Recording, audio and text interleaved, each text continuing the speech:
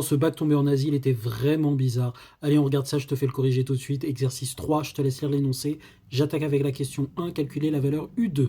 J'utilise la relation de récurrence et je trouve 3,6. Question 2, montrer par récurrence que UN est égal 10 moins 8 fois 0,8 puissance n moins 1 pour tout n strictement positif. Initialisation, gna gna gna gna gna, ça marche. On veut montrer que la formule est valide aussi pour n plus 1. Donc UN plus 1 c'est égal ceci d'après la relation par récurrence et par l'hypothèse de récurrence, je peux remplacer UN par cette expression. Je distribue le 0,8 fois 10, donc ça me fait bien 8. Et le 0,8 fois 0,8 puissance n moins 1, ça me fait 0,8 puissance n, puisque j'en avais n moins 1, et là j'en ai fois encore 1. Donc j'ai ça, et ce qui me donne bien ceci.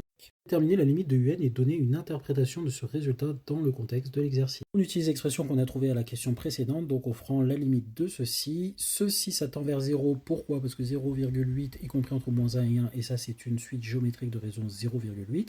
Donc ceci tend vers 0, par produit avec ça 0, et donc tout ça, ça tend bien vers 10. Ça veut dire que si on prend un très grand nombre de prises de médicaments, on aura environ 10 ml du médicament dans le sang. Check. Question 4, soit n un entier naturel strictement positif, l'équation UN supérieur ou égal à 10 admet-elle des solutions? Interpréter le résultat de cette question dans le contexte de l'exercice. Je résous l'inéquation UN supérieur à 10, donc j'ai ceci supérieur à 10, je retranche les 10, j'ai 0 supérieur à ceci, je divise par 8 des deux côtés, je me retrouve avec 0,8 puissance n-1, mais 0,8 puissance n-1, quel que soit n strictement positif, c'est strictement positif, donc ça ne peut pas être inférieur ou égal à 0, et donc il n'y a aucune solution. L'interprétation, c'est simplement qu'on ne peut pas avoir plus de 10 ml du médicament dans le sang, quelle que soit la quantité de prise. Check pour ça et check pour ça. 5. Déterminer à partir de combien de prises de médicaments la quantité de médicaments présents dans l'organisme du patient est strictement supérieure à 9 ml. Justifier la démarche. Bail, on demande en fait de résoudre cette inéquation, et donc je remplace UN par son expression d'après la question 2.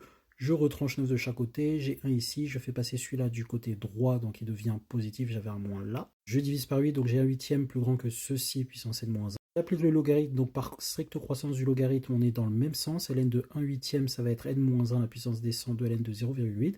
Je divise par ln de 0,8 qui est strictement négatif. Attention à ne pas se faire avoir, car 0,8 est entre 0 et 1, et entre 0 et 1, le ln est strictement négatif, 0 et 1 strict.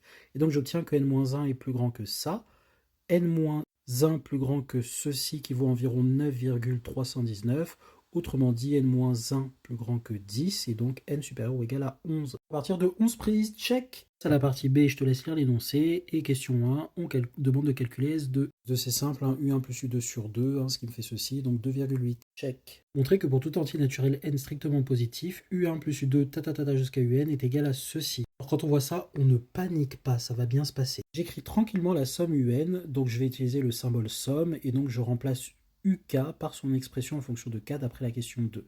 J'ai la somme pour K variant de 1 à N de ceci, hein, puisque j'ai U1, tatatata, UN, donc je vais bien de 1 à N, DUK, et ça c'est UK. Par linéarité de la somme, ça va être la somme des 10 moins la somme des 8 fois ceci, puisqu'une somme d'une somme, la somme des sommes.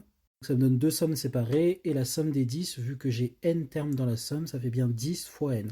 J'ajoute 10, 10, 10, 10, n fois. Et je passe le 8 en facteur, hein, puisque le 8 est à l'intérieur de la somme, hein, mais il peut factoriser tout le monde, et donc j'ai la somme de ceci, et je reconnais la somme des termes d'une suite géométrique qui vaut 1 moins raison nombre de termes, donc je vais de 1 à n, je suis puissance n, sur 1 moins la raison. D'ailleurs, on note que ici c'est 1, parce que k commence à 1, mais on a k moins 1, donc on a 0,8 puissance 0, donc 1, plus 0,8 puissance 1, jusqu'à 0,8 puissance n moins 1.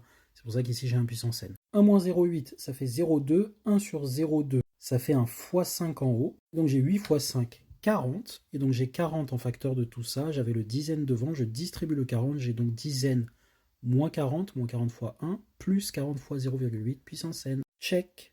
Question 3, calculer la limite de Sn. Après la question précédente, Sn c'est l'expression qu'on a trouvée juste avant divisée par n, ce qui donne ceci. Bien déjà la limite de 10 moins 40 sur n c'est égal à 10, hein. Ceci, cette limite c'est 0, par addition on a bien 10. Ensuite il faut trouver la limite de 0,8 puissance n sur n. Bien là on va utiliser les gendarmes, 0,8 puissance n sur n c'est compris entre 0 et 1 sur n. Pourquoi? Parce que 0,8 puissance n est compris entre 0 et 1, et je divise tout par n, 0 divisé par n ça fait 0, bah ça fait ça, et j'ai 1 sur n ici.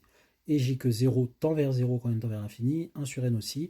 Donc d'après le théorème des gendarmes, j'ai bien que la limite de 0,8 puissance n sur n, c'est 0. Ainsi, par addition, la limite de Sn sur n est égale à 10. Check. 4, on donne la fonction mystère écrite en Python, et donc voici la fonction. On demande dans le contexte de l'énoncé ce que représente la valeur que renvoie la fonction mystère quand on l'applique à 9. La fonction mystère n démarre à 1, puis ensuite on prend s égale 2. Comme vous vous en doutez, la première valeur de Sn, donc c'est S1, n égale 1, bah ça c'est le rang. Et tant que s est inférieur à k, donc tant que s est strictement inférieur à 9, k c'est 9 ici, n prend n plus 1, et s prend la valeur de l'expression que j'avais en fonction de n. Donc à la première étape, j'étais à n égale 1, n est devenu 2, et donc s prend la valeur pour n égale 2, donc autrement dit S2. D'ailleurs que dans le code Python, on a bien mis l'expression qui correspond à toute cette somme-là divisée par n.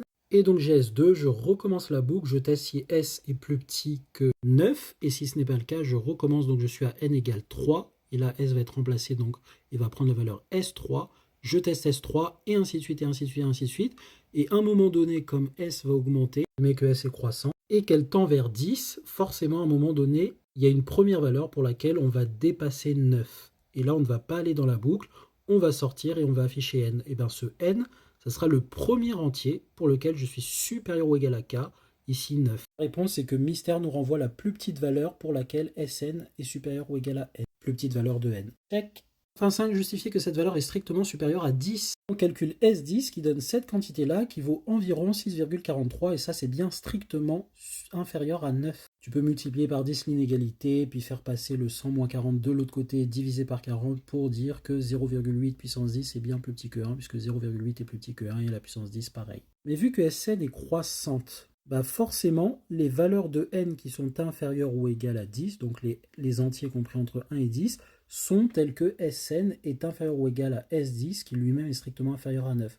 Donc tous les Sn pour n entre 1 et 10 sont inférieurs strict à 9. Donc mystère de 9 qui renvoie l'entier le plus petit pour lequel on est strictement supérieur à 10 ne peut pas être un de ces entiers-là, car chacun de ces entiers on est strictement plus petit que 9, alors que pour cet entier-là, on est supérieur ou égal à 9. Alors, c'était une question un petit peu inhabituelle, on a rarement ce genre de questions pour les exercices sur les suites et notamment dans les algorithmes de seuil avec du Python. Concentrant, ça se faisait quand même bien. Je te laisse checker les notes de correction, et si jamais tu as une question, n'hésite pas à la poser en commentaire. Bisous!